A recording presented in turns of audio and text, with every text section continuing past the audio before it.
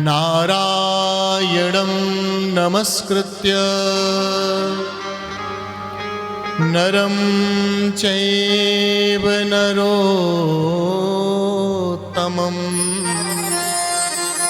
देवीं सरस्वतीं व्यासं ततो जय मुदीरये।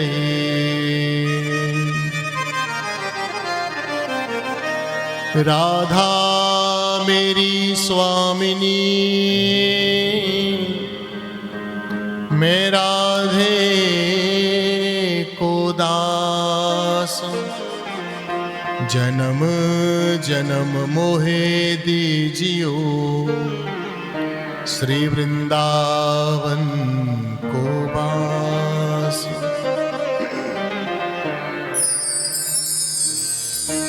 वृंदावन सो बन नहीं, नंदगाम सो गाम, वंशी बट सो बट नहीं, कृष्ण नाम सो नाम। आइए हनुमंत विराजिए, कथा कहूँ मति अनुसार, प्रेम सहित गादी धरूं, विराजिए पवन कुमार। बोलिए श्री वृंदावन बिहारी लाल की जय हो, श्री बांके बिहारी लाल की जय हो, श्री गोवर्धन नाथ की जय हो, श्री द्वारिकाधीश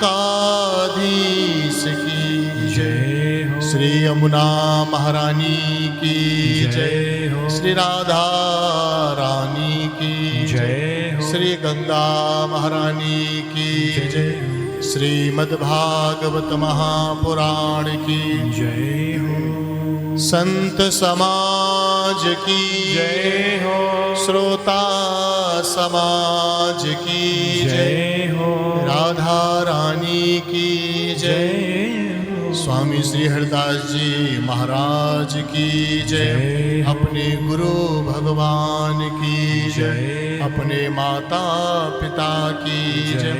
जय जय श्री राधे, जय जय श्री राधे, जय जय श्री राधे।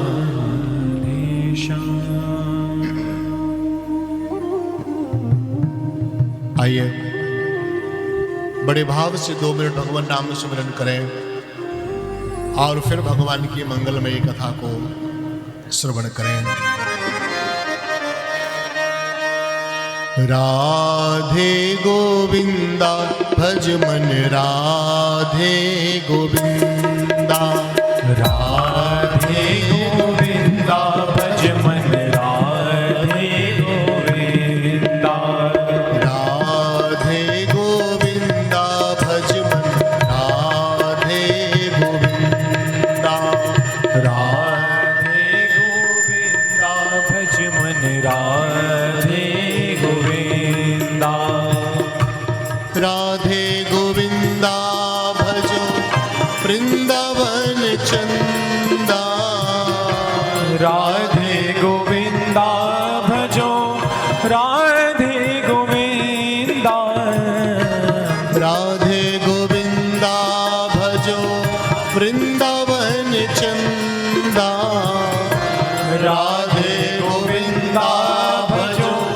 वृंदावन चंदा, राधे गोविंदा भज मन, राधे गोविंदा, राधे गोविंदा भज मन, राधे गोविंदा।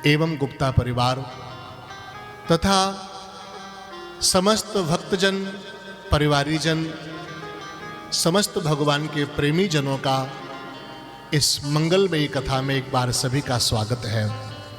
सभी को जय श्री कृष्णा, राधे राधे, जय सिया राम।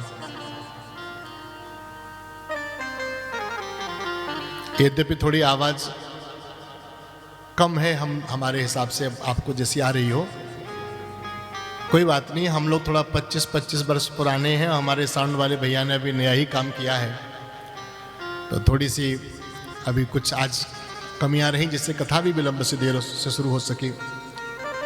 धीरे धीरे उनका भी सुधार किया जाएगा।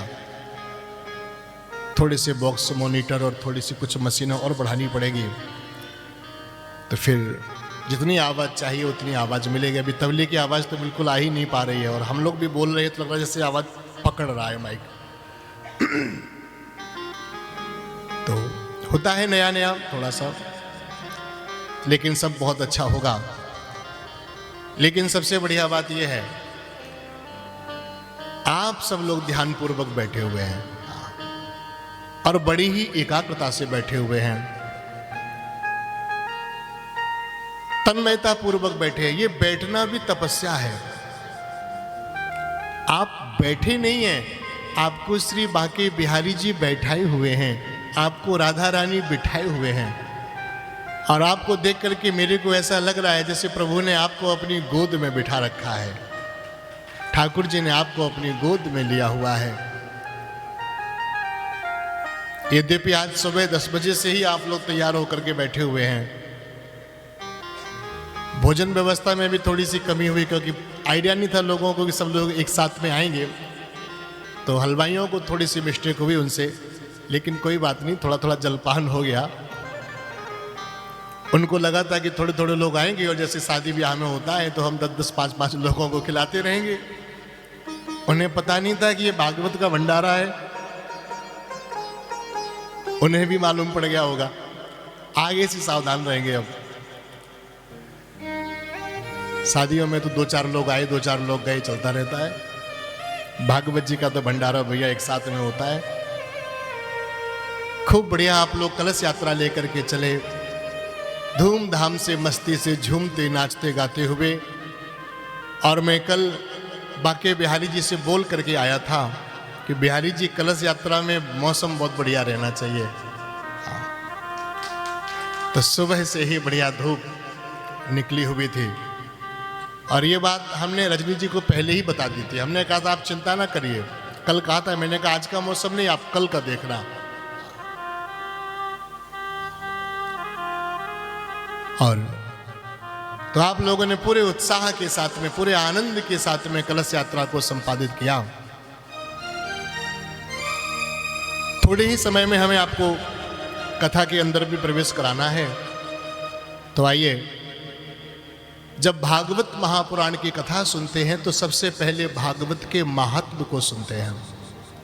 महात्म्य को सुनना सबसे जरूरी है, और मुझे बड़ी खुशी हो रही कि आप सब लोग महात्म्य कथा सुनने के लिए बैठे हुए हैं। बहुत बार लोग पहले दिन की कथा ही छोड़ देते हैं, और वही महात्म्य कथा होती है। महात्म्य ही पता नहीं चला तो फिर हमें लाभ नहीं मिलता। जैसे जिसे गंगा का महात्म्य पता है और वो जाता है बड़ी दूर से गंगा मैया में प्रणाम करता है, गोता लगाता है, हर हर गंगे कह करके स्नान करता है, तो उसको पुण्य मिलता है, मुक्ति मिलती है।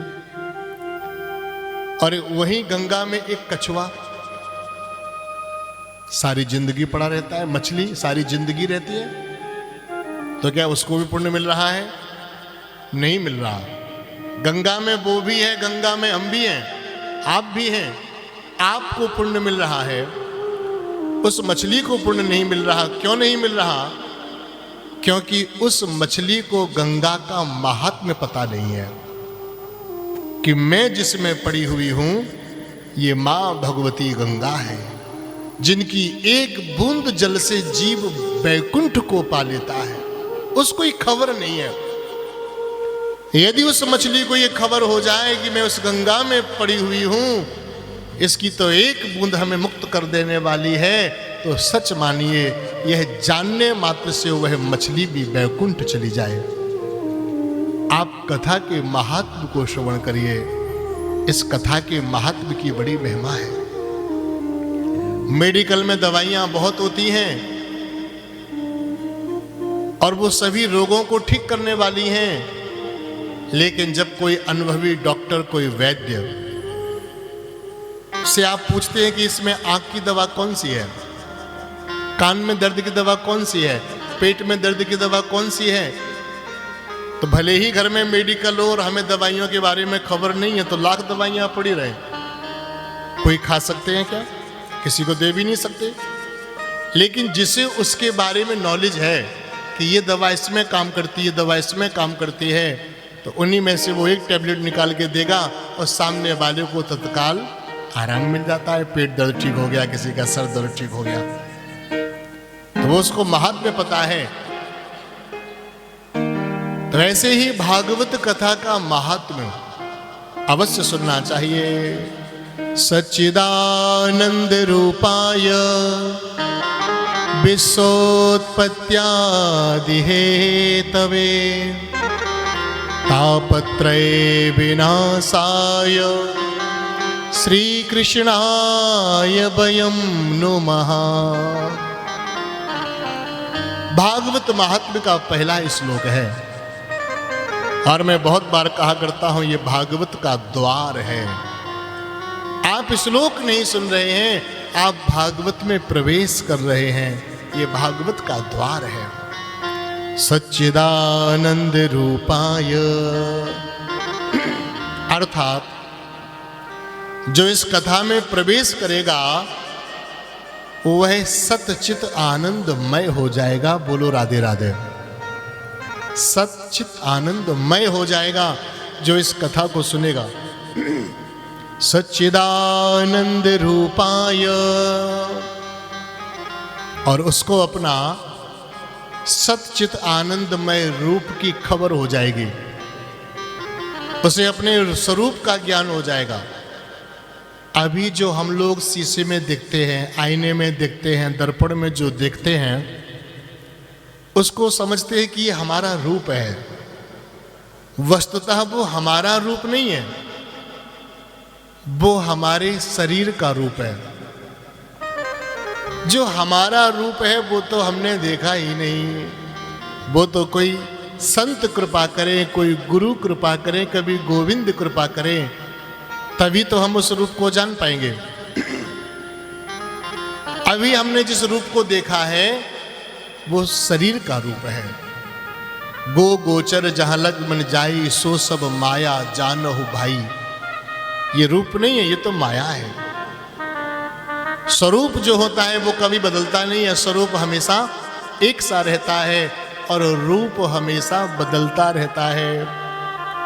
जब बचपन की फोटो देखो तो कुछ अलग, जवानी की फोटो अलग, बुढ़ापे की फोटो अलग, तो ये रूप बदलता रहा, लेकिन जो जीव का स्वरूप है वो कभी बदलता नहीं है। तो इसलिए रूप से थोड़ा सा पलट करके देखेंगे ना, तो अपने स्वरूप को जब देखेंगे तो कौन सा स्वरूप है? सच्चिदानंद रूपाय, वही ब्रह्माकार, वही परमात्मा स्वरूप, वही कृष्ण स्वरूप, वही स्वरूप तो जीव का है। यह जीव सनातन है और भगवान का अंश है। ईश्वर अंश जीव अविनाशी, चेतन अमल सहज सुख राशि। ये जीव जो है ईश्वर का अंश है। तो यहां संत जन भगवान का मंगलाचरण कर रहे हैं। सच्चिदानंद रूपायो विश्वोत्पत्त्यादि हेतवे, उन भगवान को हम सब लोग प्रणाम करते हैं जिन्होंने इस सारे संसार को बनाया है। संसार को हम नहीं बनाते, संसार को भगवान बनाते हैं। हमको ऐसा लगता है कि हमने बनाया, वस्तुतः संसार हम नहीं बनाते, भगवान बनाते हैं। जैसे हम मकान बनाते हैं तो मकान में जो ईंट लगती है, मिट्टी लगती है, जल लगता है, वो सब क्या हमने बनाया? पानी भगवान ने बनाया, मिट्टी भगवान ने बनाई, उसी मिट्टी से ईंट बनी, उसी से पत्थर बने, और वृक्ष भगवान ने बनाए, उन्हीं से कपड़े बने, सारी चीजें। तो मूल कारण तो सबके भगवान हैं। और जिस शरीर से ये सब बनाया है वो शरीर भी भगवान ने बनाया। जब हम लोग माता के पेट में थे तो खबर भी नहीं थी कि हम स्त्री बनेंगे कि पुरुष बनेंगे, मोटे होंगे कि पतले होंगे, आंखें बड़ी होंगी कि छोटी होंगी, लंबे होंगे कि थोड़े कद में छोटे होंगे। कोई खबर थी? कोई खबर नहीं थी।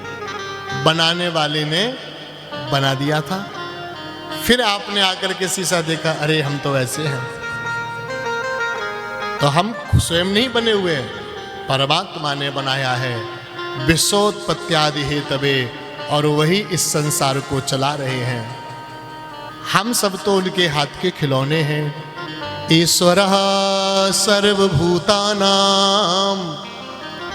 हृद्देशेऽर्जुन तिष्ठति भ्रामयन् सर्वभूतानि यंत्रारूढ़ानि मायया। श्रीमद् भगवद गीता में कहती है गीता कि ईश्वर ही सब जीवों के हृदय में बैठा हुआ है और वही सबको चला रहा है। जैसे कोई कठपुतली को खेल वाला नचाता है ना, वैसे नाचती है। ऐसे ही परमात्मा हम सब लोगों को नचा रहे हैं।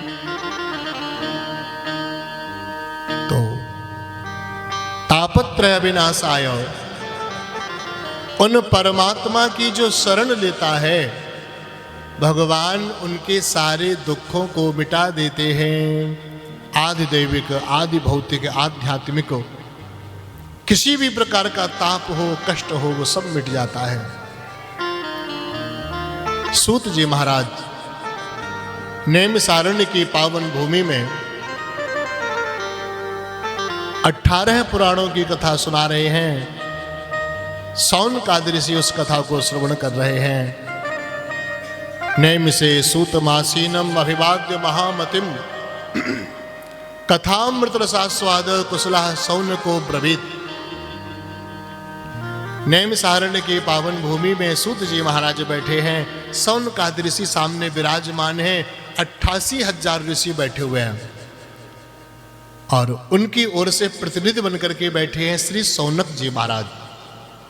तो सौनक जी ने निवेदन किया, सरकार हम कथा तो आपसे सुन ही रहे हैं। 17 स्वर्गाय लोकाय सहस्त्र सममासत, 1000 वर्षों का संकल्प लेके बैठे हैं।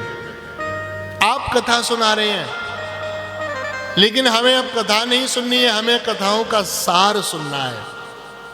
सारम सारम समुद्रतम, जो सार है आप उसको सुनाइए। तब सूत जी ने विचार किया कि समस्त कथाओं का और समस्त पुराणों का सार तो श्रीमद् भागवत महापुराण में छुपा हुआ है। तो इसलिए उन्होंने श्रीमद् भागवत महापुराण कथा श्रवण कराने का विचार किया। काल व्याल मुखग्रासो त्रास निर्णास हे तबे श्रीमद्भागवतम शास्त्रम कलौ कीरेण भासितम। काल व्याल, सर्प से डर लगता है ना, सांप आ जाए डर लगता है कि नहीं? अभी तो ऐसे बैठे जैसे नहीं लगता, और छिपकली आ जाए तो सब मालूम पड़ जाएगा। कभी कभी ऐसा होता है कथा के बीच में भगदड़ मच जाती है, मालूम पड़ा कहाँ भयो कहाँ भयो, बोले छिपकली आ गई महाराज। एक छिपकली के आवे से आधो पंडाल खाली है जाए। और कहीं आ जाएं भोले बाबा, बोलो राधे राधे, तो डर लगता है।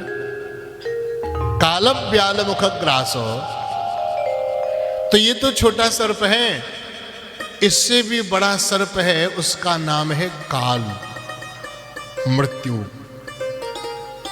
इस सर्प के आने से शायद सपेरे को डर ना लगे, या जो सांप को पकड़ने वाले लोग हैं उन्हें डर ना लगे, लेकिन जब वो काल आता है, जब मृत्यु आती है, तो भैया सबको डर लगता है। क्यों डर लगता है? क्योंकि अभी आपने जो बड़े यत्न करके कोठी बंगले बनाए हैं, बड़ा बैलेंस जोड़ा है, बड़े गहने बनवाए हैं, और काल के आते ही सब कुछ यही छूट जाता है। वो मृत्यु नहीं सोचती है कि अभी तो इन्होंने कितना सुंदर नेकलेस बनवाया है, एक दो शादी तो इन्हें कर ही लेने दूं। वो सोचती है क्या? मृत्यु नहीं सोचती है। मृत्यु की तो बात छोड़ो, चैन चुराने वाली आ जाए तो वो भी नहीं सोचेगी कि अभी इन्होंने नई बनवाई है 2.5 तोले की, 2-4 महीने पहन लेने दो। सोचेगी? नहीं सोचेगी। कोई यहां चैन चुराने वाली है तो नहीं? यहां तो सभी का चैन बांके बिहारी जी ने चुरा रखा है, बोलो राधे राधे। किसी के पास चैन छोड़ा ही नहीं है, सभी का चैन तो बांके बिहारी जी ने ले लिया है, इसलिए यहां कोई चैन चुराने वाला नहीं है। बाकी अभी 2 दिन पहले हमारी कथा विश्राम हुई है केशवपुरम में, वहां नंदोत्सव में जरूर एक बहन की चैन, अब वो गिर गई थी या खो गई थी भगवान जाने, लेकिन उनका चैन चला गया था जिनकी गई थी। तो कभी कभी चैन भी बेचैन कर देता है आदमी को, लेकिन चैन का जब कोई डर ही नहीं रहेगा, जब अपना चैन बांके बिहारी जी को दे दोगे, तो फिर चैन भी आपका नहीं खोएगा, सुकून भी नहीं खोएगा। आपके पास में रहेंगे तो प्रिया प्रीतम श्यामा श्याम राधा माधव, उन्हीं के आनंद में डूबे रहो। अब सबसे बढ़िया है भैया, तुलसी की चैन पहनो, तुलसी की कंठी, तो सबसे बढ़िया है कि चोर भी चुराए नहीं, और अगर मृत्यु भी आ जाए, काल भी आ जाए, तो फिर जीव को उसमें डर नहीं है। तो काल व्याल मुखग्रास त्रास निर्णास हे तवे, इस कलयुग रूपी सर्प से बचने के लिए, मृत्यु से बचने के लिए भी अगर कोई सर्वश्रेष्ठ साधन है, तो वह साधन भगवान की कथा ही है। भगवान की कथा से श्रेष्ठ साधन संसार में कोई दूसरा है ही नहीं।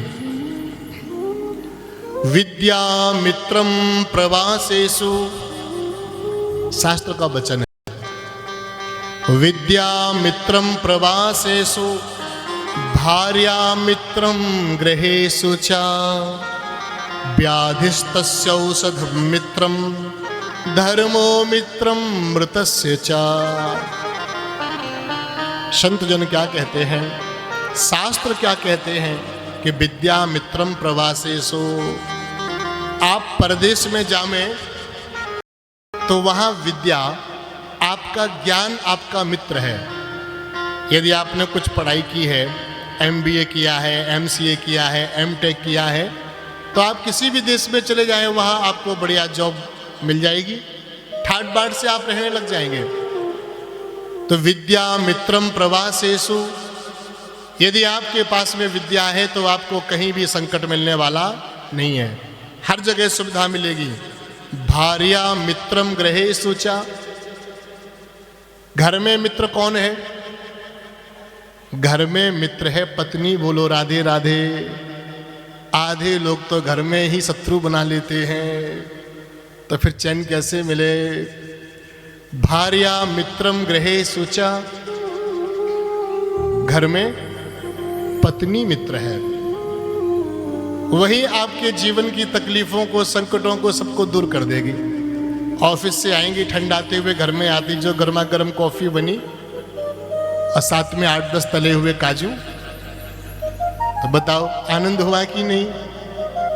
और खटपट चल रही हो तो एक तो हल्की फुल्की चाय और फिर 2 महीने पुरानी नमकीन ला करके रख देगी लोग। इसलिए घर में भी जो है ना, उनको भी मित्र बना कर रखना चाहिए। भार्या मित्रम गृहे शुचा व्याधिस्तस्य औषधम मित्रम। अगर बीमारी आ जाए तो बीमारी में कौन मित्र काम करता है? बोले औषधि काम करती है। परंतु धर्मो मित्रम मृतस्य चाह, यदि मृत्यु आ जाए तो फिर मित्रता कौन निभाएगा? न बेटा, न पत्नी, न रुपया, न पैसा, न विद्या, कोई काम नहीं आएगा। उस समय कौन काम आता है? धर्मो मित्रम।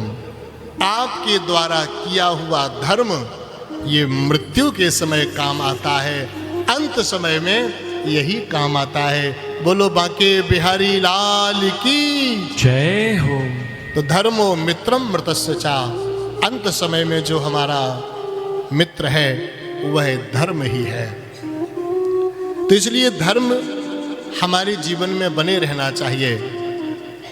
और आज धर्म कार्य करने के लिए ही हमारे आदरणीय गुप्ता परिवार के माध्यम से, गोपाल जी के माध्यम से श्रीमद् भागवत कथा श्रवण हो रही है कि भैया घर हो गया, मकान हो गया, कोठी हो गई, गेस्ट हाउस हो गया, बच्चों के ब्याह हो गए, बच्चों के बच्चे हो गए, अब क्या करना चाहिए?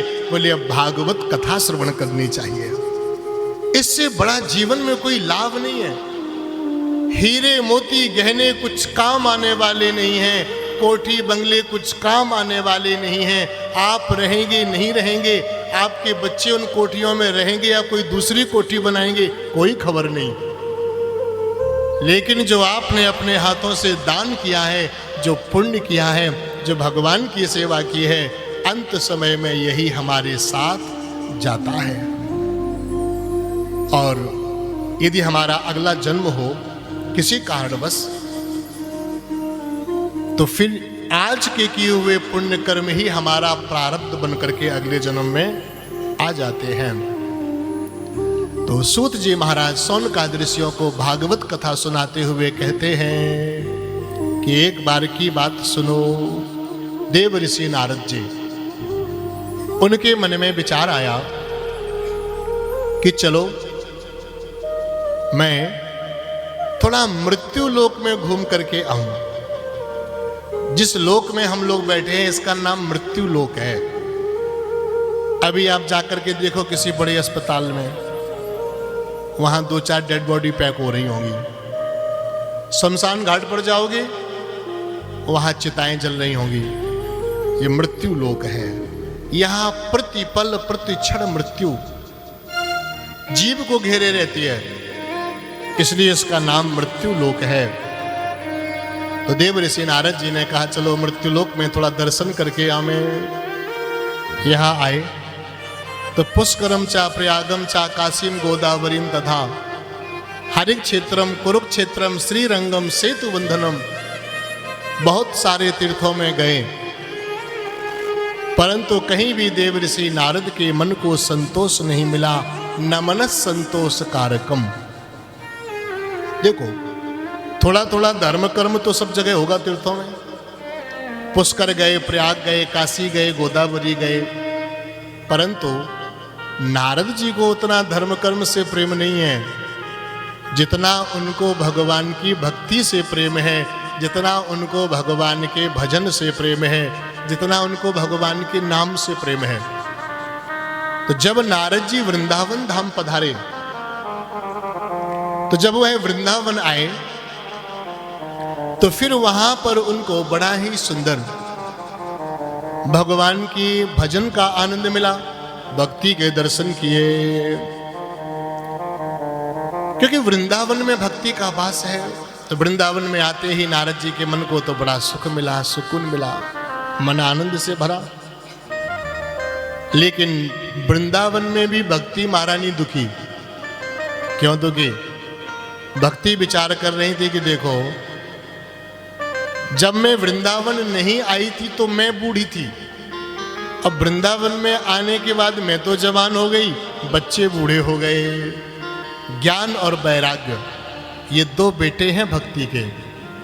दोनों पुत्र बूढ़े हो गए तो भक्ति दुखी थी। भक्ति ने नारद को देखा, भक्ति को मन में आस जगी कि ये तो महात्मा हैं और महात्माओं के पास में तो आशीर्वाद होवे हैं, महात्माओं के पास में तो भजन की शक्ति होवे हैं, बस ये तो हाथ रखेंगे सिर पे और हमारो काम है जाएगो, ज्ञान वैराग्य की मूर्छा दूर है जाएगी। यह बात को विचार करवे लग गई भक्ति महारानी और नारद को देखा तो आवाज लगा दी, भो भो साधो क्षणं तिष्ठ मच्चिंतामपि नाशय दर्शनं तव लोकस्य सर्वथा गहरं परम।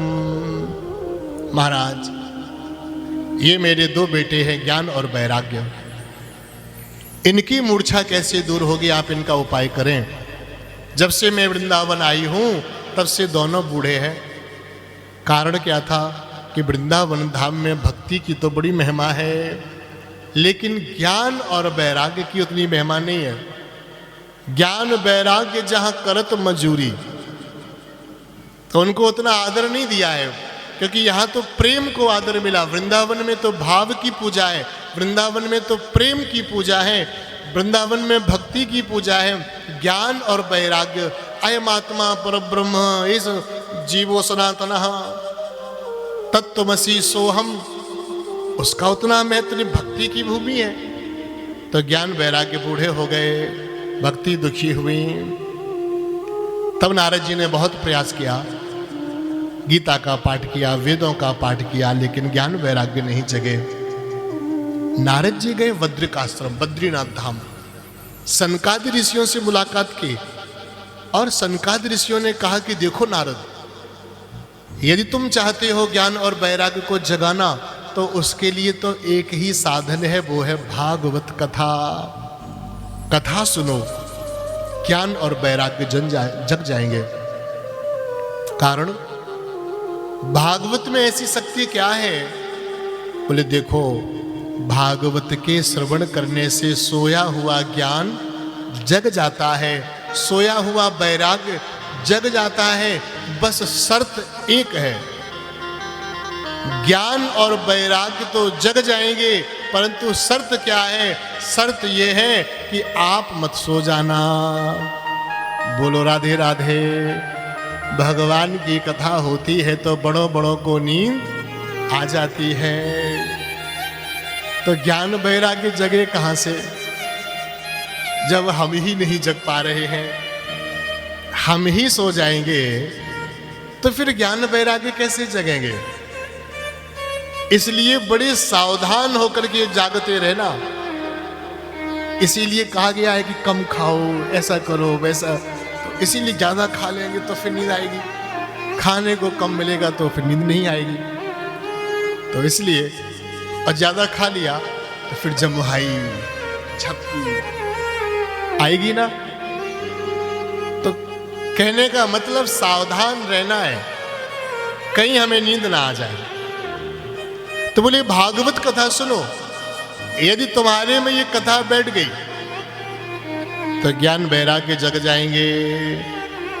एक तो होता है हम कथा में बैठते हैं, और एक होता है कथा हमारे में बैठ जाए। जब तक हम कथा में बैठे हैं तब तक ज्ञान वैराग्य नहीं जगेंगे, और जिस दिन कथा हमारे अंदर बैठ गई उसी दिन ज्ञान और वैराग्य जागृत हो जाएंगे। तो नारद जी ने पूछा, माता तुम्हारा ये दुख था? नारद जी ने सनकादि ऋषियों से उपाय पूछा। सनकादि ऋषियों ने कहा भागवत सुनो, और आनंद घाट पर हरिद्वार में गंगा द्वार समीपे तु तटमानंद नामकम, हरिद्वार में आनंद घाट पर श्रीमद् भागवत कथा सुनाने के लिए सनकादि ऋषि पहुंचे। और नारद जी ने कथा को सुना, और उस कथा की ये महिमा हुई कि ज्ञान और वैराग्य वृंदावन में जागृत हो गए, दोनों की मूर्छा दूर हो गई, और भक्ति महारानी बड़े प्रेम से नाचने लग गई। नारद जी भी नाचने लगे, ज्ञान वैराग्य भी नाचने लगे।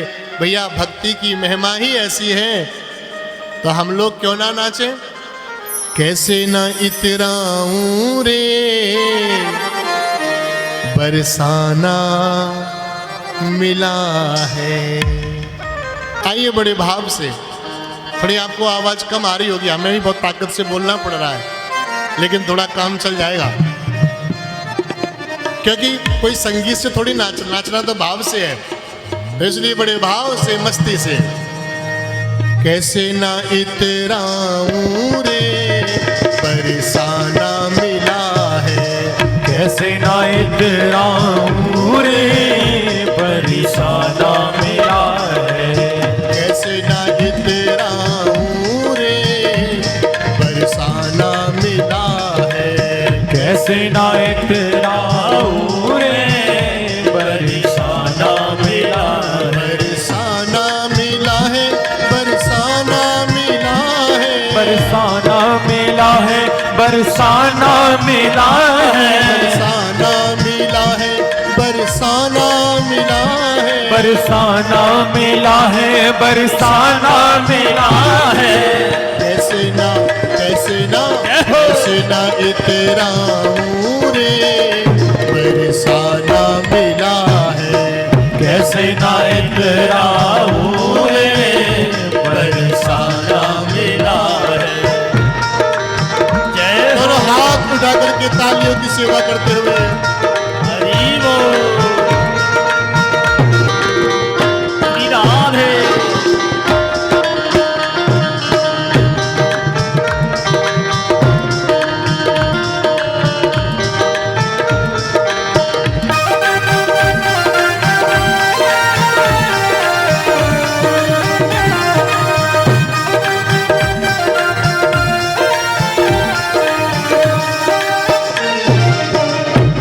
तप साधन बस की नहीं है। जब तप साधन बस की नहीं है। जब तप साधन बस की नहीं है। जब तप साधन बस की नहीं है। केवल किशोरी जी की करुणा भई है।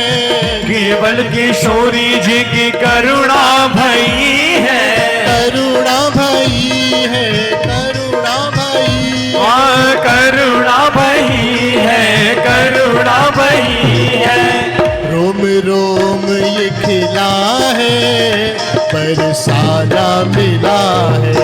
कैसे ना इतराऊं मैं बरसाना मिला है।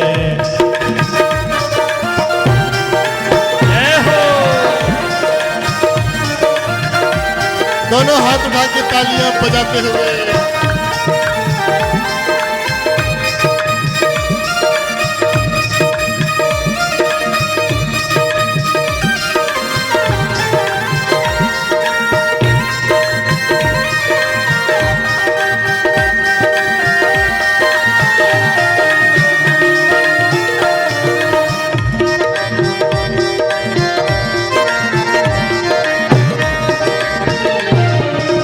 पूछने से पहले होता प्रबंध है। पूछने से पहले होता प्रबंध है। पूछने से पहले होता प्रबंध है। पूछने से पहले होता प्रबंध है। कैसे बताऊं आनंद ही आनंद है। कैसे बताऊं आनंद ही आनंद है। कैसे बताऊं आनंद ही आनंद है। कैसे बताऊं आनंद ही आनंद है। शिकवा न कोई मिला है, बरसाना मिला है। कैसे ना इतराऊं मैं बरसाना मिला है। जीना मिला है, मर जाना मिला है। बरसाना मिला है, बरसाना मिला है। जीना मिला है, मर जाना मिला है। जीना मिला है, मर जाना मिला है। कैसे न इतराऊं रे बरसाना मिला है। कैसे ना इतराऊं रे बरसाना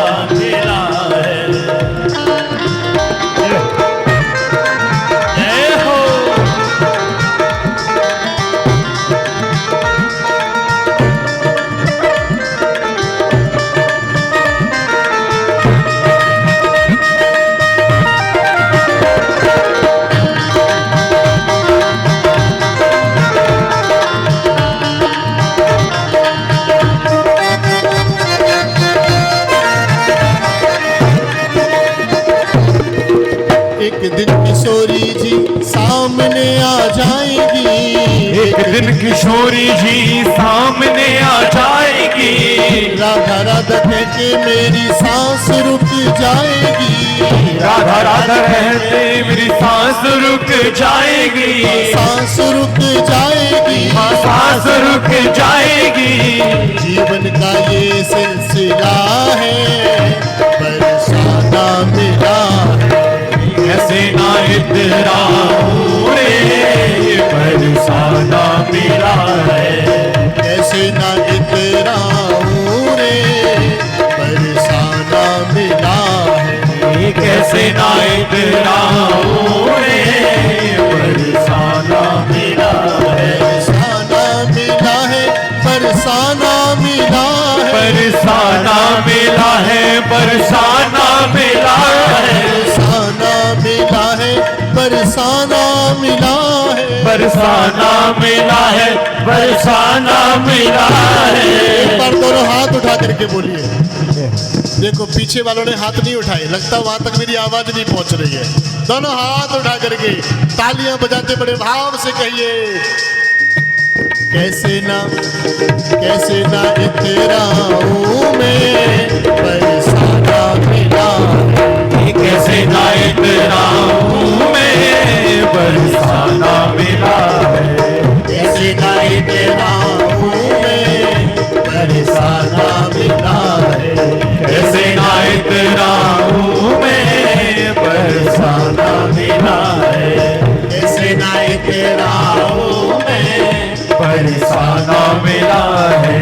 कैसे ना इतराऊं मैं, बरसाना मिला है। बरसाना मिला है। बरसाना मिला, बरसाना मिला, बरसाना मिला, बरसाना मिला। बोलिए वृंदावन बिहारी लाल की जय हो। जय जय श्री राधे।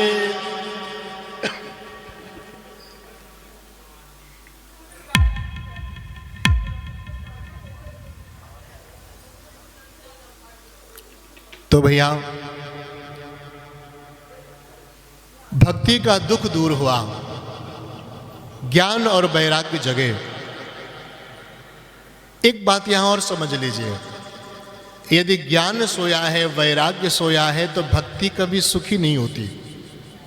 केवल भक्ति हम करें और हमारे अंदर ज्ञान ना हो, ठीक ठाक वैराग्य ना हो, तो ऐसी भक्ति से भगवान प्रसन्न नहीं होते।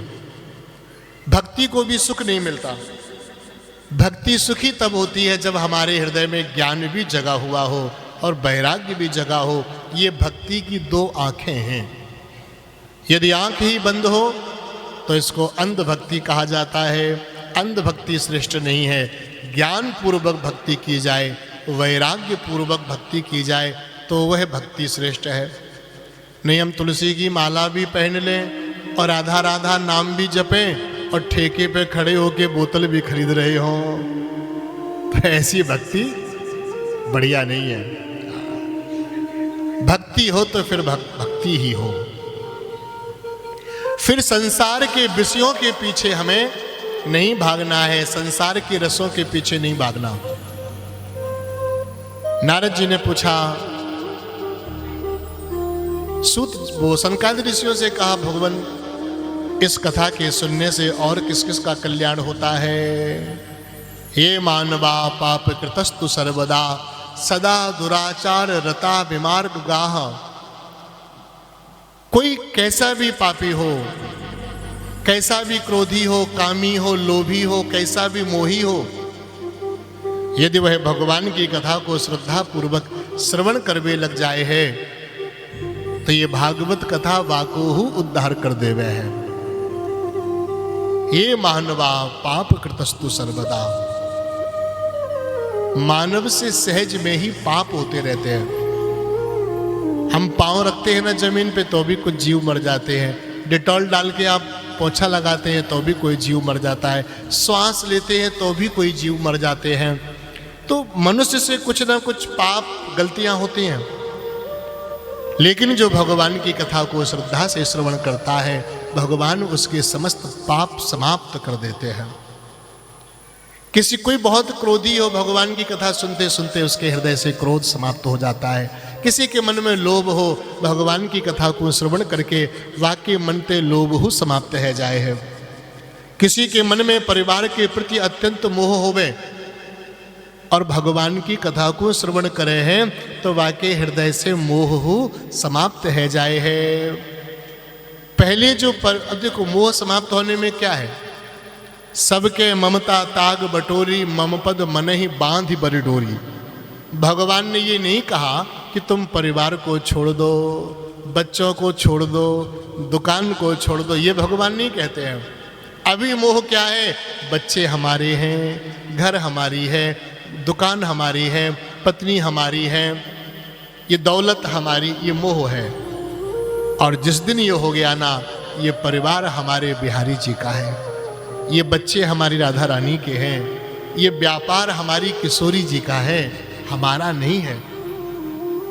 देखो कहना तो बड़ा आसान है, कोई भी कह देवे, लेकिन अंदर से ये मान लेना ये बड़ी बात हो। जिसने अंदर से मान लिया समझो उसने, उसका कल्याण हो गया, उसने भगवान को पा लिया, उसने सब कुछ भगवान के चरणों में अर्पण कर दिया, सब भगवान को समर्पित कर दिया, सब भगवान का है।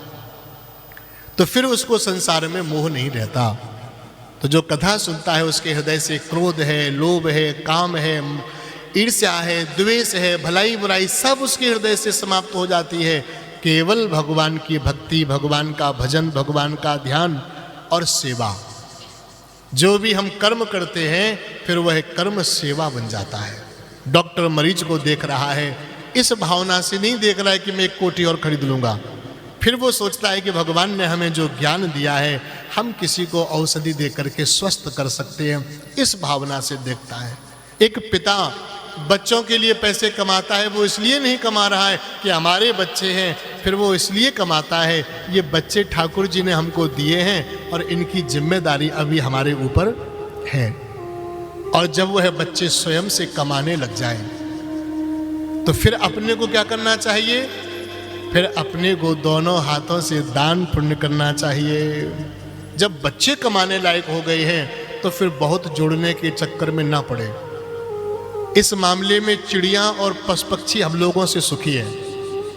चिड़िया बच्चे को कब तक खिलाती है, जब तक उसके पंख नहीं आ जाते। और हम लोग एक ऐसे हैं, बच्चे कमाने वाले हो गए, बच्चों के बच्चे कमाने वाले हो गए, फिर भी बूढ़ा बच्चों के लिए जोड़ रहा है। बोलो राधे राधे। यही बड़ी विडंबना है। जब बच्चे कमाने वाले हो गए, बच्चों के बच्चे कमाने वाले हो गए, अब तू क्यों कमा रहा? इतना तूने जिंदगी में कमा लिया, करोड़, 2 करोड़, 10 करोड़, अब उसमें से थोड़ा सा 10-20% अपने लिए ले ले और प्रेम से बैठ करके अब भगवान का भजन कर। अब कहीं वृंदावन में वास करो, कहीं हरिद्वार में वास करो और कहीं मत जा सको तो सब सुविधाएं अपने कमरे में कर लो, ठाट बाट से रहो, बढ़िया से बढ़िया खाओ और खूब भगवान का भजन करो, विश्राम करो। बहुत परेशान होने की जरूरत नहीं है। हम नहीं रहेंगे तब भी संसार चलेगा और हम रहेंगे तो भी संसार चलेगा। संसार को जैसे चलना है वैसे ही चलेगा, हम चाहे जो करें। तो ठीक समय आने पर न धीरे धीरे अपने को समेट लेना चाहिए।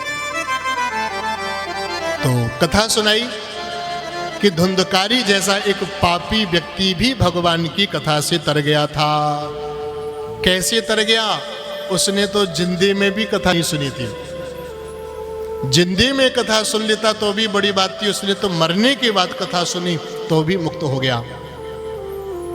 शौनकादिऋषियों ने कहा, प्रभु ये धुंधकारी कौन था? तुंगभद्रा तटे पूर्वम अभूत्पत्तनमुत्तमम् आत्मदेवः पुरे तस्मिन् सर्ववेद विशारदः। एक तुंगभद्रा नाम की नदी थी। उस नदी के किनारे पर पत्तनपुर नाम का एक नगर था। आत्मदेव नाम के पंडित जी उस नगर में रहते थे। भगवान का दिया हुआ उनके पास में सब कुछ था। एक कमी थी कि उनके यहाँ कोई संतान नहीं थी। एक बार वह सरोवर के किनारे बैठे थे, एक महात्मा दिखाई पड़े। उनको खबर थी कि महात्माओं के आशीर्वाद में शक्ति होती है। यदि कोई सच्चा महात्मा किसी को आशीर्वाद दे दे और वह पात्र होवे तो उसको आशीर्वाद मिल जाता है। यदि पात्रता नहीं है तो चाहे भगवान भी आके आशीर्वाद दे में तो भी कल्याण होने में संदेह है। यदि पात्रता है, पात्रता क्या है? पात्रता यही है, हृदय के अंदर निश्चलता हो, संतों के प्रति प्रेम हो, परमात्मा के प्रति प्रेम हो, यही पात्रता है।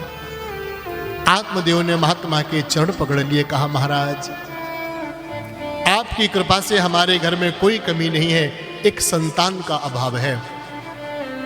आप मेरे को आशीर्वाद दो जिससे मेरे यहाँ संतान हो जाए।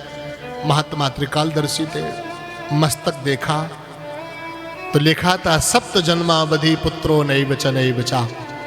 7 जन्मों तक इसके कोई संतान नहीं है।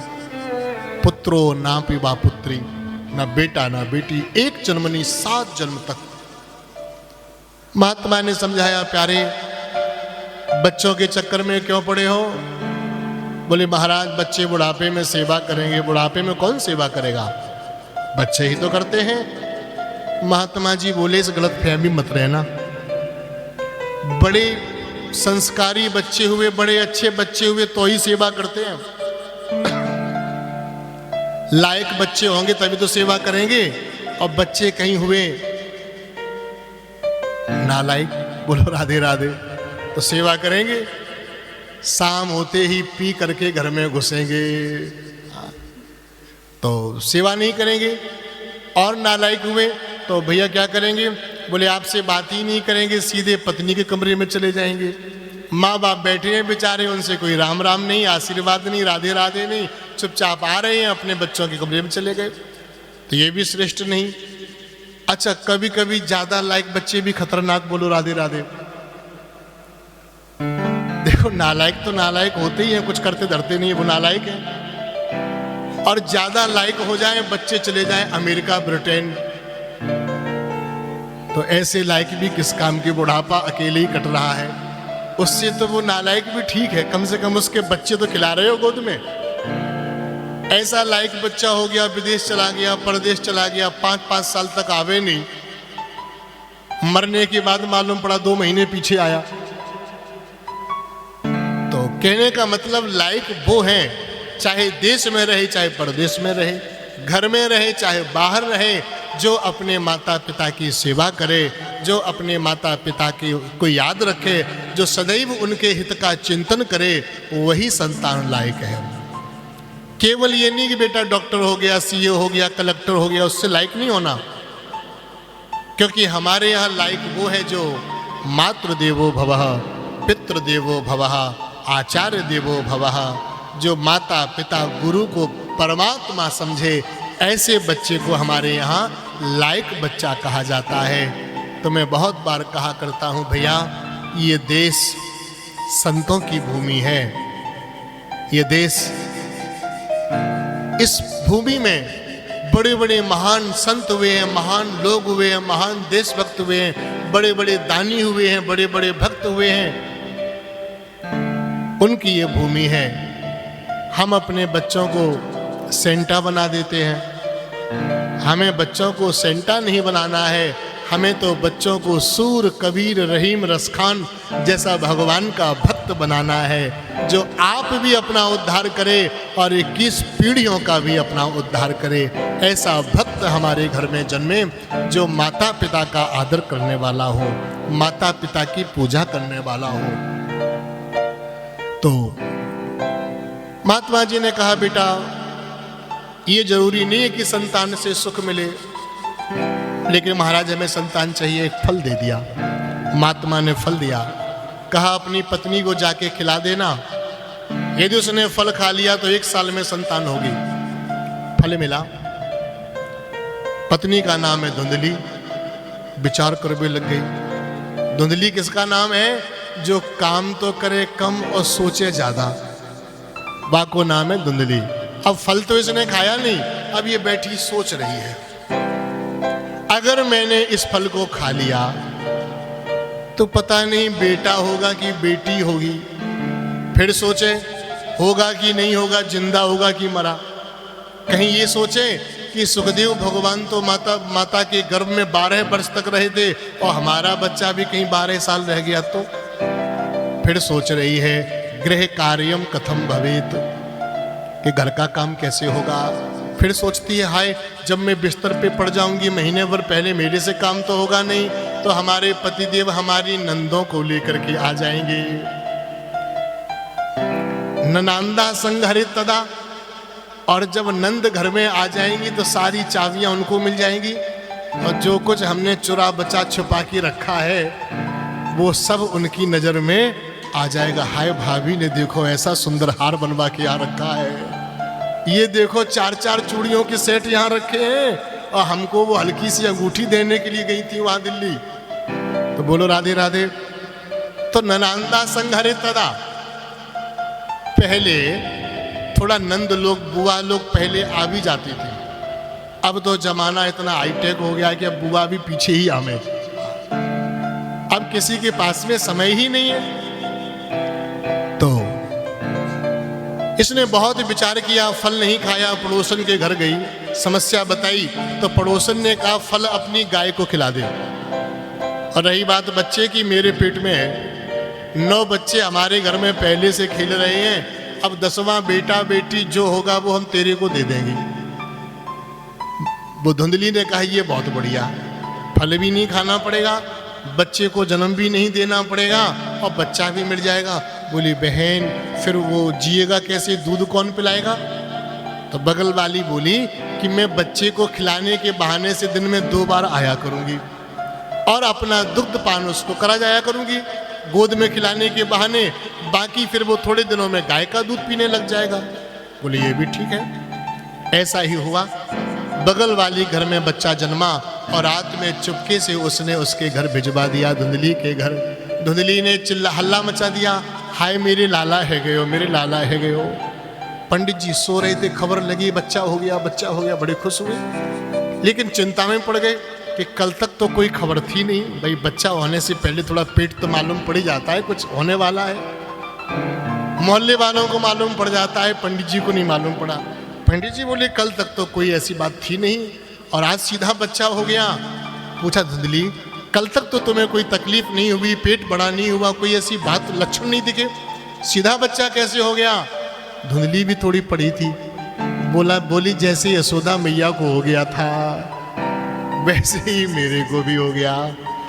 तो पंडित जी ने कहा, सोचा मन में, हाँ मैंने फल दिया था ना, शायद महात्मा के आशीर्वाद से बेटा घर में प्रकट हो गया।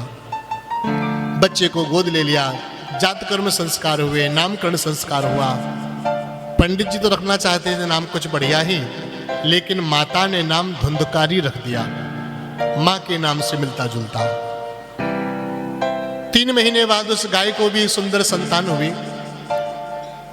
संतान कैसी हुई? बिल्कुल मनुष्य के बच्चे की तरह, बस केवल इतना ही था, उसके जो कान थे ना वो गाय के जैसे थे, इसलिए उसका नाम पड़ गया गोकर्ण। तो गोकर्ण पंडितो ज्ञानी धुंधकारी महाखला। गोकर्ण जी महाराज तो बहुत बड़े पंडित बने और ये जो धुंधकारी था ये बहुत बड़ा दुष्ट निकला, महाखल। कैसा? चोरी भी करता, हिंसा भी करता, मांस भी खाता, मदिरा का पान करता, जुआ खेलता, वैश्यालयों में जाता। पिता ने जो कुछ मेहनत से कमाया था वह सारा धन बर्बाद करने लग गया। एक दिन पिता ने उसको बुलाया, कहा बेटा मैं तुम्हारे लक्षण जो देख रहा हूं वो ठीक नहीं है, ना तो तुम बड़ों का आदर करते हो, ना कभी घर में बैठते हो, ना कभी संध्या वंदन करते हो, ना कभी पूजा पाठ करते हो, ना कभी वेद का अध्ययन करते हो, सुबह उठते हो नहाते भी नहीं हो, सीधे घर से बाहर निकल जाते हो, करते क्या हो? तो उसने कहा पिताजी मुझे पढ़ना लिखना, दान पुण्य यज्ञ आदि ये सब मुझे अच्छा नहीं लगता है, मैं तो बस मेरे को तो मेरे यार दोस्त मौज मुझे अच्छी लगती है। तो पिता ने कहा सुनो अब इस घर में मत आना, अगर तुम्हें यही सब अच्छा लगता है तो हमारा तुमसे कोई संबंध नहीं है, मेरे घर को छोड़ करके चले जाओ। तो धुंधकारी ने कहा पिताजी यदि आपका संबंध नहीं है तो मैं बालिग हो चुका हूं, घर तो मेरा है, तुम ही घर छोड़ करके चले जाओ, आपको जहां जाना हो चले जाओ, मैं इस घर को छोड़ के नहीं जाऊंगा।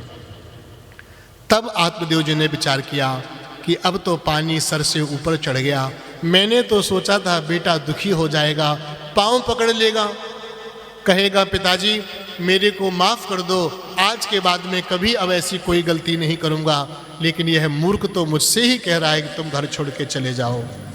तब पिता ने विचार किया कि अब ठीक है, अब इस घर में मुझे नहीं रहना, और आत्मदेव जी महाराज ने गृह का त्याग कर दिया।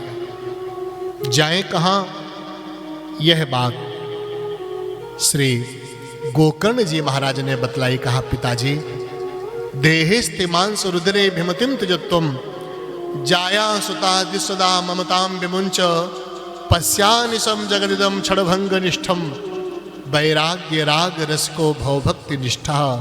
अब आप सीधे वृंदावन जाइए, घर गृहस्थी संसार में कुछ नहीं रखा, एक ना एक दिन तो हमें ये संसार छोड़ना ही था, मरने के बाद तो सब छोड़ते हैं, भाग्यशाली तो वो है जो जिंदगी में छोड़ देता है। बोलो राधे राधे। मरने के बाद तो घर वाले घर से निकाल ही देते हैं, इससे पहले बच्चे निकालें, बहू निकालें, खुद ही घर से निकल जाओ, अपने मन से निकल जाओ। माने ऐसा नहीं कि हम आपसे ये नहीं कह रहे कि आप अटैची लेके चले जाओ, लौट के घर मत आओ, उल्टा अर्थ मत लगा लेना। कहने का मतलब ये अपने मन से, माने मन जो संसार में फंसा है ना, मेरा घर, उस मैं मेरे से निकल जाओ, भगवान की चरणों में लग जाओ। आत्मदेव जी महाराज पहुंचे वृंदावन, भगवान का भजन किया, भगवान के धाम को पाया। और ये जो धुंधली है थोड़े दिन घर में रही, लेकिन पुत्र ने बहुत कष्ट दिया, अंत में इन्होंने भी कुएं में कूद करके अपने प्राणों का त्याग कर दिया। तब धुंधकारी आजाद हो गया, घर में धन संपत्ति थी ही, 5 वेश्याओं को अपने घर में ला करके रख लिया और सारा धन उनके ऊपर लुटाने लग गया। यहां पर संत लोग एक और बात कहते हैं कि देखो धुंधकारी वो 5 वेश्याएं लाया वो अलग बात है, लेकिन ये जो अंदर मन है ना, मन, ये भी धुंधकारी से कम नहीं है। और इस मनी राम ने ना भी 5 वेश्याओं को पाला हुआ है। ये आंख, कान, जिह्वा, त्वचा, ये सब भी उन्हीं वेश्याओं के समान है। आंखों को कितने भी सुंदर सुंदर दृश्य दिखाओ, लेकिन फिर भी आंखें संसार को देखना बंद नहीं करती हैं। कानों को कितना भी सुनाओ मतलब कथा नहीं, बुराई, कथा में तो मन कम लगता है। कथा सुन रहे हैं ना तो आप थोड़ा आलस भी आ जाएगा, थोड़ा ये भी लगेगा कि देखो 5 तो बज चुके हैं, पंडित जी ने कहा था कि 5 बजे बंद कर देंगे, ये लगेगा। लेकिन अगर कहीं बुराई सुनने को मिले, कोई बुराई कर रहा हो तो नींद आती है? फिर नहीं आती। बड़ा अच्छा था, अच्छा ऐसी बात हुई, अच्छा फिर बहू ने क्या कहा, तो जिठानी ने क्या कहा फिर, अच्छा, अरे हम तो समझते थे कि वहां बड़ा प्रेम है। अगर बुराई सुनने को मिल जाए तो एकदम सोता हुआ आदमी भी जाग जाता है। और कथा हो रही हो और बढ़िया सोफा मिल गया हो, फिर तो जागना बड़ा मुश्किल है। तो संत लोग समाधि में बैठे हैं तब, तो समाधि लग ही जाती है। भगवान की कथा ही ऐसी है। ज्यादा मत हंसिए, बेचारे बच्चे सुबह 4 बजे के जगे हुए हैं, आपको क्या मालूम कितनी मेहनत से लगे हैं। तो वो तो आंख बंद करके ध्यान कर रहे हैं। प्रेम से बोलो राधे राधे। तो धुंधकारी जो था वो 5 स्त्रियों को लाया, उन 5 स्त्रियों ने मिलकर के धुंधकारी को मार दिया। यही ये इंद्रियां भी करती हैं। इन इंद्रियों की पूर्ति करते करते करते करते पूरा जीवन समाप्त हो जाता है, लेकिन हमारा मन तृप्त नहीं होता, मन नहीं भरता। मन को लगता है लाओ अभी 1 करोड़ रुपया और इकट्ठा कर लूं, 1 सेट और बनवा लूं, 1 साड़ी और ले आऊं, एक कोठी और बनवा लूं। मन कभी नहीं कहता है कि अब कछुनाथ न चाहिए मोरे, दीन दयाल अनुग्रह तोरे। तो ये मन की कथा भी है ना, केवल धुंधकारी की कथा नहीं है, ये हमारे मन की भी कथा है। तो सज्जनों, धुंधकारी की मृत्यु हुई लेकिन उद्धार नहीं हुआ, अकाल मृत्यु हो गई, असमय मृत्यु हो गई, प्रेत बन गया। गोकर्ण जी को पता चला मेरा भाई मर गया, अंतिम संस्कार किया, गया जी में जाके पिंड दान किया, लेकिन यह मुक्त नहीं हुआ। एक दिन गोकर्ण जी अपने घर में सो रहे थे और इसने आकर के प्रेत रूप में दर्शन दिए, भयंकर। कभी भैंसे का रूप धारण कर ले, कभी बड़े भारी बकरे का भेष बना ले, कभी हाथी बन जाए, कभी अग्नि बन जाए, कभी इंद्र बन जाए। धुंधकारी। गोकर्ण जी ने पूछा, प्यारे तू है कौन? गोकर्ण जी डरे नहीं। भूत की ताकत केवल उसके सामने होती है जो उससे डरता है। जो डरता नहीं है भूत प्रेतों से, वो चाहे शमशान में बैठा ताश खेलता रहे, उससे भूत बोलने वाले नहीं हैं। और जो भूत से डरा, उसी पे भूत हावी हो जाता है। और हम लोग गलती क्या करते हैं? घर वाले से नहीं डरते हैं, ससुर से नहीं डरते हैं, जेठ जी से नहीं डरते हैं, लेकिन भूत से डरते हैं। भूत हमारे सर बैठ जाता है। तो डरना है तो भैया माता पिता से डरो, घर वाले से डरो, जेठ जी से डरो, ससुर जी से डरो, पड़ोसियों से डरो, रिश्तेदारों से डरो। जो डरते रहते हैं ना, वो फिर गलतियां नहीं करते। डरने का मतलब ऐसा नहीं कि आप ऐसा डरो कि बिल्कुल सामने मत पड़ो उनके, पानी को भी मत पूछो डर के मारे अंदर कमरे में बैठे, ऐसे मत डरो। लेकिन ऐसे डरो कि हमारे ससुर जी को पता चलेगा तो क्या कहेंगे कि बहू ने घर में मेहमान आए, उनको रोटी को नहीं पूछा, चाय को नहीं पूछा। ऐसे डरो। रिश्तेदारों को डरो कि रिश्तेदार क्या कहेंगे हमारे, पड़ोसियों को डरो कि पड़ोसी क्या कहेंगे हमारे। तो आप हमेशा अच्छे रास्ते पर चलते रहेंगे। तो यहां पर गोकर्ण जी महाराज ने उससे पूछा, तुम कौन हो? तो उसने कहा, अहो बंधो कृपा सिंधो भ्रातर मामा सुमोचय। भैया मैं आपका भाई हूं। अहम भ्राता तदीयोस्मि धुंधकारीति नामतः। आप मेरे उद्धार के लिए कोई उपाय करिए। गोकर्ण जी ने कहा, भैया मैंने तुम्हारे उद्धार के लिए ही गया जी में जाके पिंड दान किया, क्या नहीं तरे? बोला, नहीं तरा। गया श्राद्ध सते नापि मुक्तिर्मे न भविष्यति।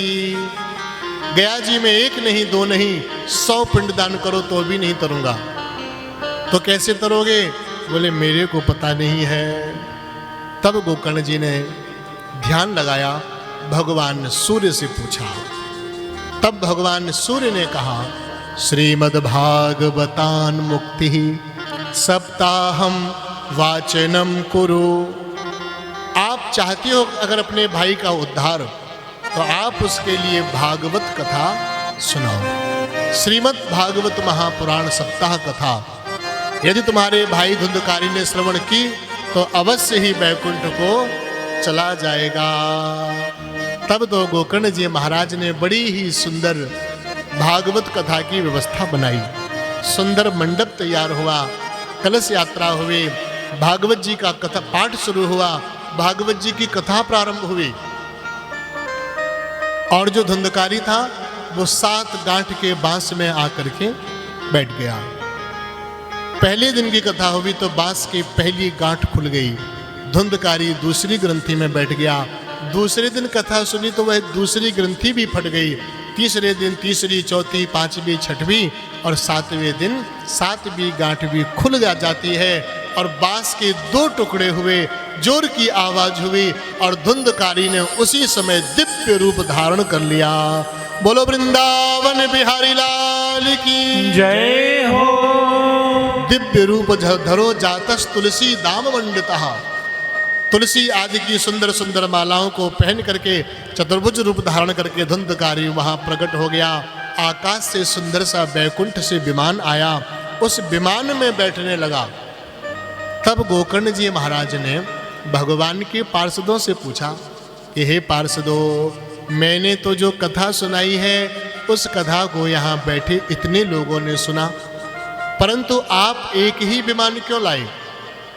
सभी के लिए वैकुंठ से विमान आना था, सबको क्यों नहीं लाए? तो भगवान के पार्षदों ने कहा, श्रवणम तु कृतम सर्वे न तथा मननम कृतम।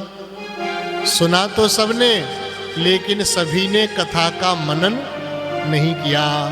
एक कान से सुनते गए, दूसरे कान से निकालते गए। तो श्रवणम तु कृतम सर्वे न तथा मननम कृतम, सुना तो सबने लेकिन मनन नहीं किया। देखो हम लोग इसलिए भी नहीं कर पाते क्योंकि हम लोग भूल जाते सुना क्या। बोलो राधे राधे, भूल जाते हैं ना।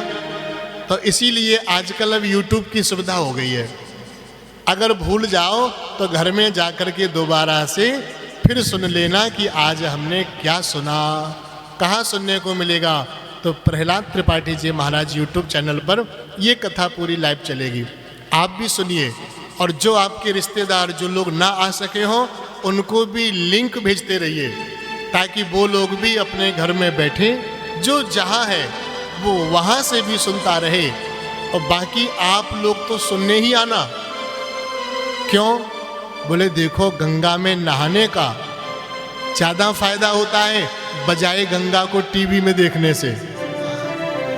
जो गंगा तक ना जा सक रहे हों उनके लिए टीवी में दर्शन हो जाए वो भी ठीक ही है, लेकिन जो लोग गंगा में जा सकते हैं, और फिर कानपुर वालों की तो बगल में गंगा बह ही रही है। एक तो गंगा वो उधर बह ही रही बिठूर में शुक्लागंज में, और ये भागवत गंगा बह रही है आकर्षण गेस्ट हाउस रिंगालिया वाई आकर्षण बैंक्वेट हॉल में ये भागवत गंगा बह रही है। तो आप लोग तो यहाँ सशरीर स्नान करना, परिवार सहित स्नान करना, अपने मित्र सहेलियां सखाओं के साथ में भगवान की कथा का स्नान करना। तो दोबारा कथा सुनाई गोकर्ण जी महाराज ने और सब भगवान के धाम को चले गए। लेकिन आप लोग चिंता नहीं करना, वहां तो सबके लिए विमान आ गया था। नहीं आप सोचो कि हम गेट के बाहर निकले और बैकुंठ से विमान खड़ा फिरे, तो आधे लोग तो फिर अगले दिन कथा ही सुनने नहीं आए। ऐसी समस्या तो चिंता मत करो, आपके लिए विमान अभी नहीं आएगा, आपका विमान बुक हो जाएगा। बाकी आपको विमान वही खड़ा मिलेगा जो आपने पहले खड़ा किया था, यूपी 78 वाला। वही कार खड़ी मिलेगी, वही ऑटो मिलेगा, वही स्कूटी मिलेगी, जो आपकी सुविधा है। लेकिन जब भगवान के धाम को जाना होगा, जब कभी 100 साल बाद, तब वह विमान आ जाएगा। तो बड़े भाव से प्रेम से भगवान की कथा को सुनते रहिएगा। आज अधिक समय अब नहीं लेंगे, आज कथा का पहला दिवस भी है और थोड़ी भी साउंड सिस्टम भी ठीक कराएंगे हम लोग रात में, और कल से फिर बहुत आनंद लेंगे। कथा का समय 1 बजे से 5 बजे तक रखा गया है, जिससे 6 बजे तक आप अपने घर पहुंच जाएं। सर्दी का समय है, और अगर आपको लगेगा कि 1 बजे जल्दी है तो फिर धीरे धीरे 1:30 बजेंगे, फिर ऐसे चलता रहेगा। तो आप समय का बिल्कुल ध्यान रखिएगा। बढ़िया प्रेम से पधारिए, भगवान की कथा खूब सुनिए। क्यों गोपाल जी, 1 से 5 ठीक है कि 2 से 6? 1 से 5 ठीक है। हाँ, थोड़ा अब तो 6 ही दिन है ना, घर का काम जल्दी जल्दी कर लीजिए। 11-12 बजे तक घर वालों को खिला पिला दो, और जो ना खावे उसको फरमान सुना दो कि अपने आप परस लेना और खा लेना। हम शाम को मिलेंगे 6 बजे के बाद। बोलो वृंदावन बिहारी लाल की। एक प्यारा सा भजन, भैया थोड़ा साउंड की बढ़िया बढ़ जाए, थोड़ा सा आवाज बढ़ा लो उसकी, हल्की सी बेस की, तबले की।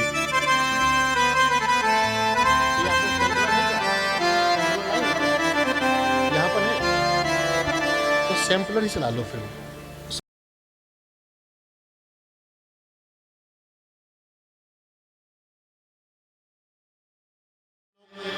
फिर उसके बाद आरती। बड़ा ही सुंदर भजन है, वृंदावन प्यारो वृंदावन। तो इंद्रेश जी का भजन है, बड़ा ही सुंदर भजन है। और अभी हम लोगों ने कथा भी वृंदावन की ही सुनी है। आत्मदेव जी को कन्हैया के दर्शन भी वृंदावन में हुए हैं और वृंदावन बिहारी की कृपा से ही हम लोग इस कथा को सुन पा रहे हैं। तो आइए, बड़ा सुंदर भजन है, भजन का आनंद लें, फिर आरती करेंगे और उसके बाद प्रसाद लेकर के प्रस्थान करेंगे। श्यामा हृदय कमल सो प्रगटो, श्यामा हृदय कमल सो प्रगटो, श्याम हृदय को भाए वृंदावन प्यारो वृंदावन, श्री वृंदावन प्यारो वृंदावन, श्री वृंदावन मेरो वृंदावन, श्री वृंदावन मेरो वृंदावन। श्यामा हृदय कमल सो प्रगटो, श्यामा हृदय कमल सो प्रगटो, श्याम हृदय को भाए वृंदावन प्यारो वृंदावन, वृंदावन प्यारो वृंदावन।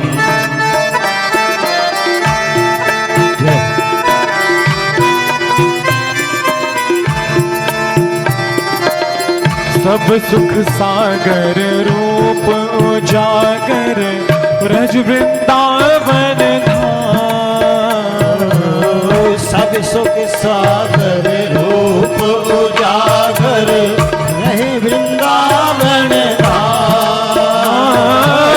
रूप गोस्वामी प्रकट कियो जहाँ, रूप गोस्वामी प्रकट कियो जहाँ, गोविंद रूप निधान वृंदावन प्यारो वृंदावन, श्री वृंदावन प्यारो वृंदावन, श्री वृंदावन मेरो वृंदावन, वृंदावन प्यारो वृंदावन। रूप गोस्वामी प्रकट कियो जहाँ, रूप गोस्वामी प्रकट कियो जहाँ, गोविंद रूप निधान वृंदावन प्यारो वृंदावन, वृंदावन प्यारो वृंदावन।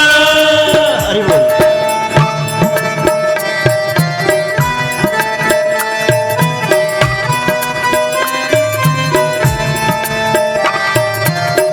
बिहरत निस दिन कुंज गलिन में ब्रज जन मन सुख धाम, कुंज गलिन में ब्रज जन मन सुख धाम। मदन मोहन को रूप निरख के, मदन मोहन को रूप निरख के, सनातन बल बल जाए वृंदावन प्यारो वृंदावन, वृंदावन प्यारो वृंदावन, श्री वृंदावन मेरो वृंदावन, वृंदावन प्यारो वृंदावन। जय हो।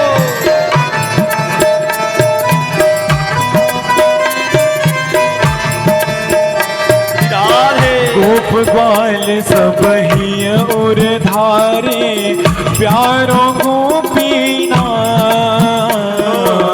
गोप ग्वाल सब ही उर धारे प्यारो गोपीना। मधुसूदन जिन कंठ लगायो, मधुसूदन जिन कंठ लगायो, रही जय जयकार वृंदावन प्यारो वृंदावन, वृंदावन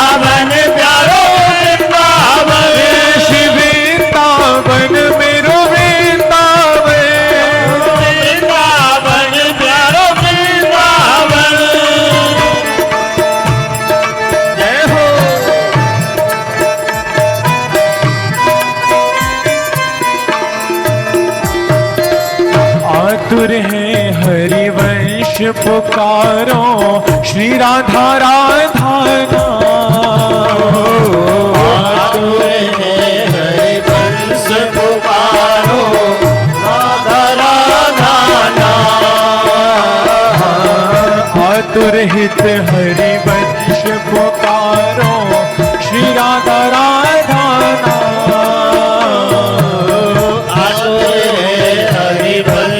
पुकारो राधा राधा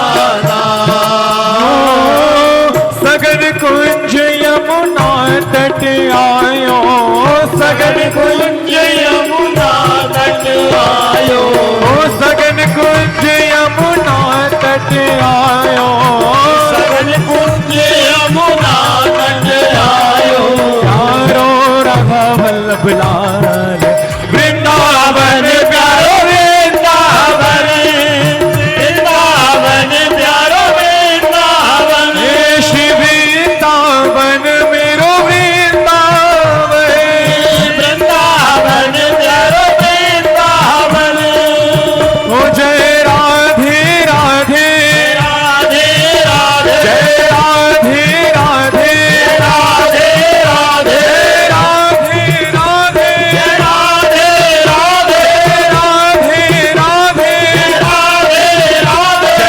राधे राधे राधे जय राधे राधे राधे राधे जय राधे राधे राधे राधे जय राधे राधे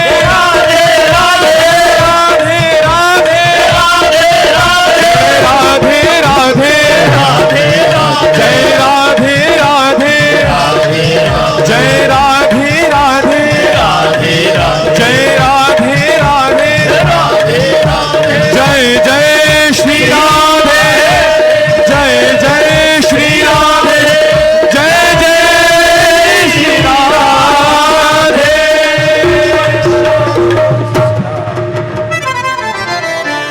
बोलो बांके बिहारी लाल की जय जय श्री राधे। आज की कथा को अब यहीं विराम करेंगे। कल पुनः हम सब लोग 1 बजे भगवान की मंगलमयी कथा में उपस्थित होंगे और 1 बजे से 5 बजे के मध्य भगवान की पावन कथाओं का हम लोग आनंद लेंगे और बड़े ही भक्ति भावपूर्वक अत्यंत निष्ठा के साथ इस भगवान की पावन कथा को हम लोग कानपुर के रिंगालिया वही आकर्षण में बैठ करके कथा को श्रवण कर रहे हैं। और इस समय आप सब लोग अब आरती के लिए खड़े होंगे। श्री राधे ये बोली देवी वृंदावन बिहारी लाल की जय। एक बार जोर से जयकारा बोलते हुए आरती में प्रवेश करें। बोली भागवत महापुराण की। तो जैसा कि आप सभी लोगों को महाराज जी के द्वारा निवेदन किया गया, आज प्रथम दिवस विश्राम की ओर है। कल ठीक 1 से 5 का दिन प्रतिदिन नियम रहेगा। तो आइए अभी जो प्रथम लोग दिवस जहाँ विश्राम की बैठे आरती। थे वहीं अपने स्थान पर खड़े हो जाएं, वहीं से खड़े होकर आरती कर लेंगे। हाँ, सामने से ओम ज्वालामालिन्यै नमः दीपराजाय नमः हरि ओम चंद्रमः मनसो जातचक्षो सूर्यो जायत श्रोत्राद्वायुष प्राणश मुखादग्निरजायत। श्री भागवत भगवान की है आरती, पापियों को पाप से है तारती। श्री भागवत भगवान की है आरती, पापियों को पाप से है तारती। श्री भागवत भगवान की है आरती, पापियों को पाप से है तारती। श्री भागवत भगवान की है आरती, पापियों को पाप से है तारती। ये अमर ग्रंथ, ये मोक्ति पथ, ये पंचम वेद निराला, नव ज्योति ज्योति जगाने वाला। ये अमर ग्रंथ ये मुक्ति पंथ ये पंचम वेद निराला, नव ज्योति जगाने वाला। हरि नाम यही हरि धाम यही, हरि नाम यही हरि नाम यही, हरि नाम यही हरि धाम यही, हरि नाम यही हरि नाम यही। जग के मंगल की आरती, जय हो को पाप से है तारती। श्री भागवत भगवान की है आरती, पापियों को पाप से है तारती। ये शांति गीत पावन पुनीत पापों को मिटाने वाला, हरि दर्श कराने वाला। ये शांति गीत पावन पुनीत पापों को मिटाने वाला, हरि दर्श कराने वाला। ये सुख करनी ये दुख हरनी, ये सुख करनी ये दुख हरनी, ये सुख करनी ये दुख हरनी, ये सुख करनी ये दुख हरनी। मधुसूदन की आरती, जय हो पापियों को पाप से है तारती। श्री भागवत भगवान की है आरती, पापियों को पाप से है तारती। ये मधुर बोल जगपंथ खोल सन्मार्ग बताने वाला, बिगड़ी को बनाने वाला।